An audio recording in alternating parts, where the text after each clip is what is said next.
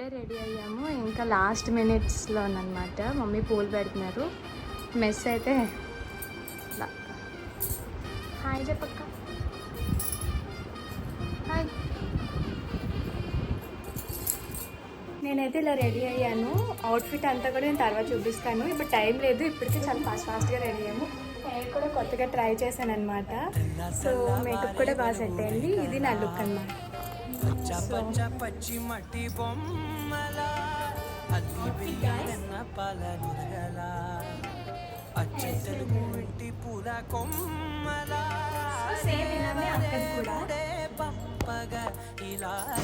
So మేము ready అయ్యి వెళ్ళేసరికి ఆల్రెడీ ఆ టైంకి అందరూ వచ్చేసారు. ఇది ఎర్లీ మార్నింగ్ మాకు ముహూర్తం పడింది, అంటే 9 to 10 లోపు.